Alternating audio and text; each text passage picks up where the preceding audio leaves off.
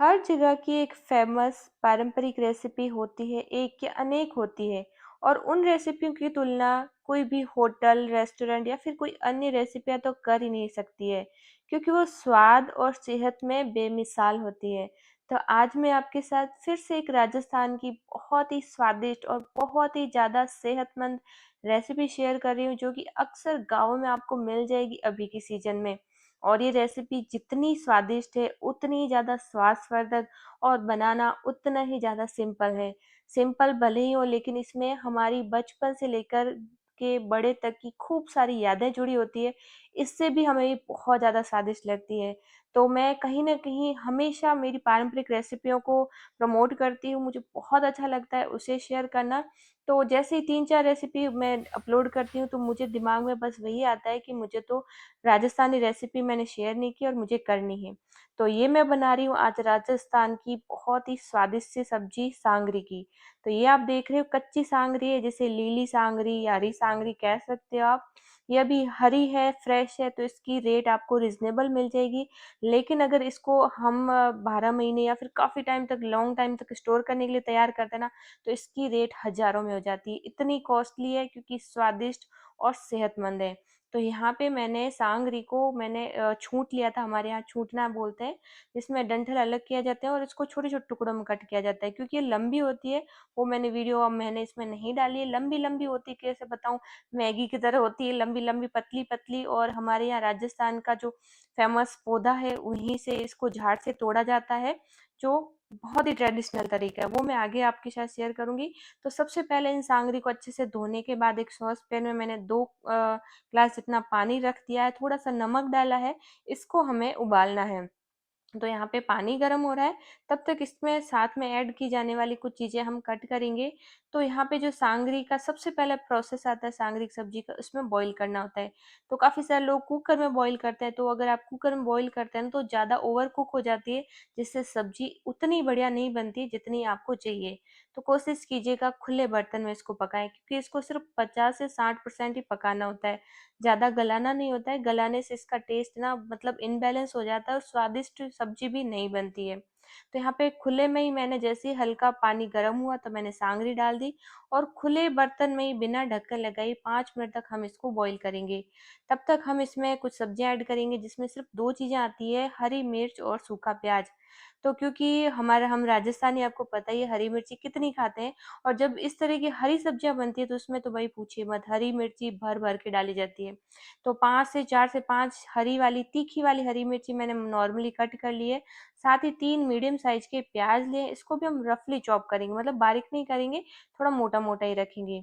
यहाँ पर तब तक हमारी जो सांगरी है उबल कर तैयार हो गई है। तो आप सबसे पहले तो आपको चेक करना है कि सांगरी कितनी उबली है। तो यहाँ पे हम नाखून से तोड़ रहे हैं, तो ईज़िली टूट रही है, बस इतना ही आपको उबालना है। ऐसा नहीं पूरा गला दें, मैश ही हो जाए, नहीं। थोड़ी-सी आपको कम कुक करनी है, 60 टू 70% इसको कुक करनी है। और अब हम इसको गैस की आँच को बंद कर लेंगे, इतना ही हमें उसको उबालना है और सिर्फ़ कुछ सेकंड, मतलब 4-5 सेकंड के लिए इसको ढक देंगे और तुरंत ही इसका पानी हम निकाल देंगे छलनी से। ताकि क्या होगा ना, ये जो भाप होगी इसमें ओवर कुक ना हो, ये सॉफ्ट ज़्यादा ना हो। और इसको हम पूरा ही छलनी में निकाल देंगे और इसको ठंडा होने के लिए साइड में छोड़ देंगे। तो अब हम इसका तड़का लगाएँगे, तो बहुत सिंपल और एकदम देसी तरीके से बनती है। तो जो गाँव में है, काफ़ी सारे लोग इसको सरसों के तेल में भी बनाते हैं और सर्दियों में बनती है, तो उसमें लहसुन भी ऐड करते हैं। लेकिन ये सब्ज़ी एक ऐसी है ना, हमारे राजस्थान में कुछ ऐसी सब्जियाँ जो सिर्फ़ और सिर्फ़ 1 आधे महीने के लिए मिलती है, पूरे 12 महीने फिर कहीं नहीं दिखती है। तो यहाँ पे मैंने डाला डेढ़ बड़ा चम्मच तेल, इसमें डाला राई, जीरा, हींग।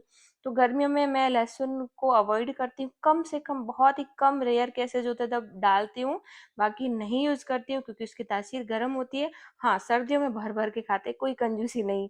तो यहाँ पे सबसे पहले हमने हरी मिर्च को फ्राई कर लिया। अब मसाले डालेंगे, तो सबसे पहले मैंने आधा चम्मच हल्दी, 2 छोटी चम्मच भर के लाल मिर्ची पाउडर ऐड की और अच्छे से भून लेंगे। तो बहुत ही बेसिक सामान से, बेसिक वाले मसाले से बनती है, लेकिन टेस्ट की बात करें तो लाजवाब आता है। तो इन सब्जियों से, या फिर यूँ कहें इन रेसिपी से, जो कि हम मारवाड़ी है, राजस्थानी है, हमारी बचपन की भी खूब सारी है ना, इससे छोटी-छोटी, प्यारी-प्यारी, बहुत ही अच्छी-अच्छी यादें जुड़ी रहती है, जो मैं आपके साथ शेयर करना चाहूँगी। तो जैसे ही हमने मसालों को भूना ना, तो हमने इसमें सांगरी डाल दी है। तो जो सांगरी थी ना, हमने ज़्यादा ओवर कुक नहीं की है। तो काफ़ी सारी जगह पे जैसे अगर हमें ट्रैवल करना है या फिर पूरी पराठे के साथ करना है खाना है, तो इस तरह की सूखी सब्जी बनती है जिसे भुर्जी बोलते हैं, या फिर जो भी आप नाम दे सूखी सब्जी को, आप क्या बोलते हो वो आप इसको दे सकते हो।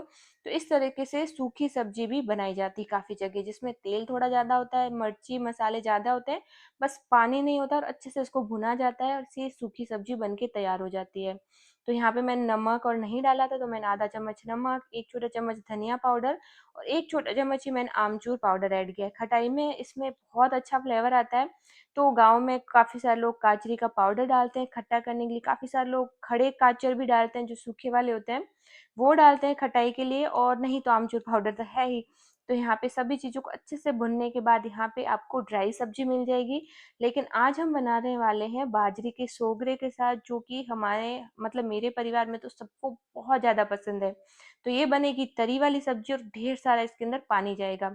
तो हम सूखी सब्जी नहीं बना रहे हैं, तो इसमें हमने डाल दिए हैं प्याज, और प्याज भी मोटे-मोटे कट किए जाते हैं जो बहुत ही डिलीशियस लगता है। सिर्फ़ 2 चीज़ें ऐड की जाती है, जैसा कि मैंने बताया, हरी मिर्च और सूखे प्याज।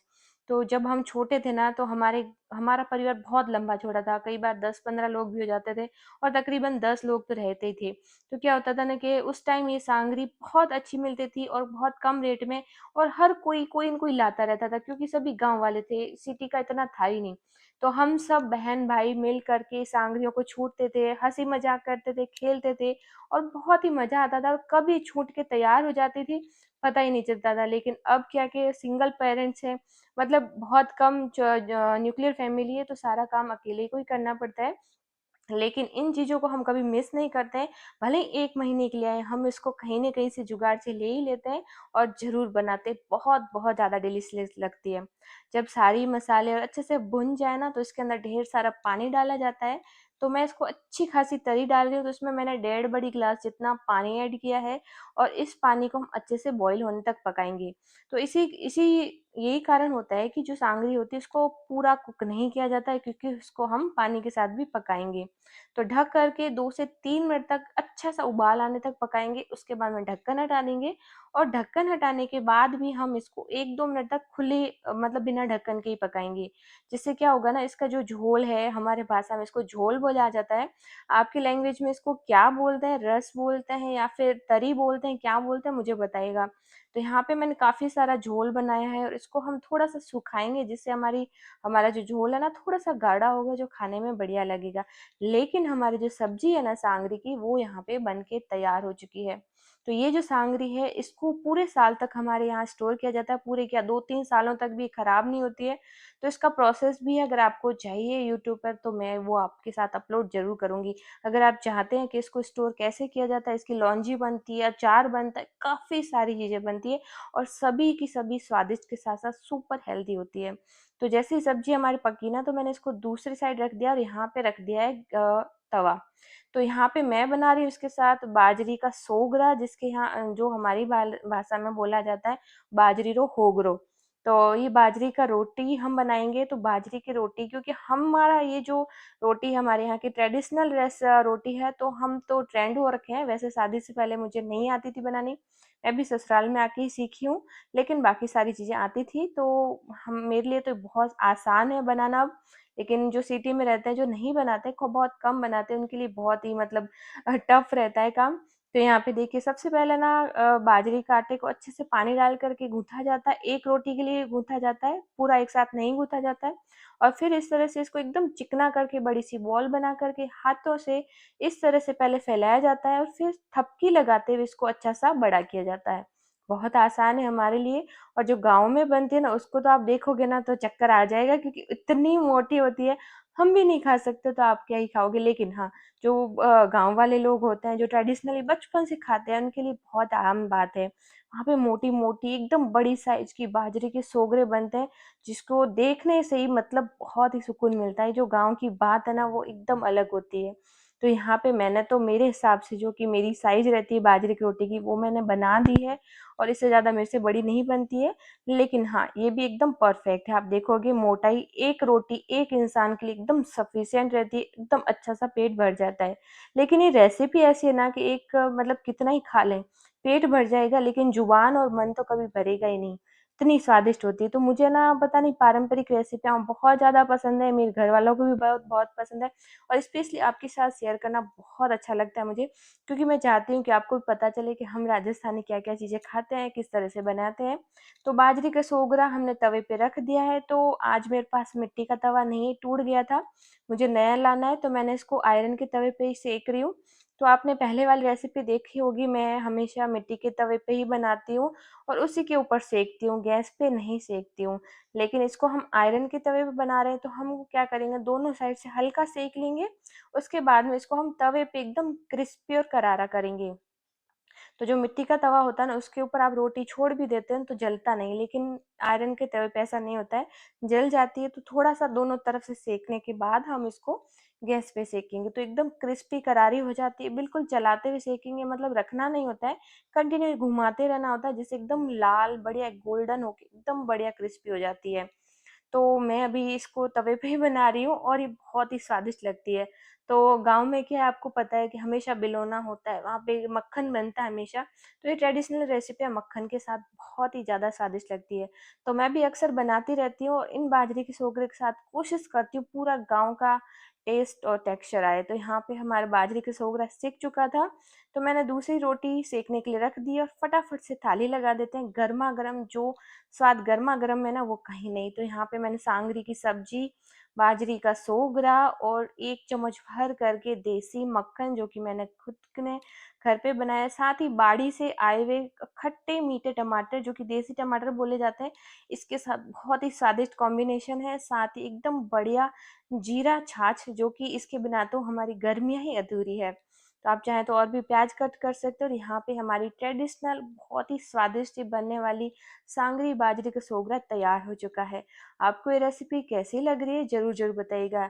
तो અમારી થાળી જેको બાજરી रोटी, बाजरी रो होगरो और होंगरी री सब्जी है, थोने केड़ी लागी मन बताइएगा। हूँ तो मिली अगली रेसिपी रे हाथे, तब तक धन्यवाद। खमा गणिसा, राम राम सा।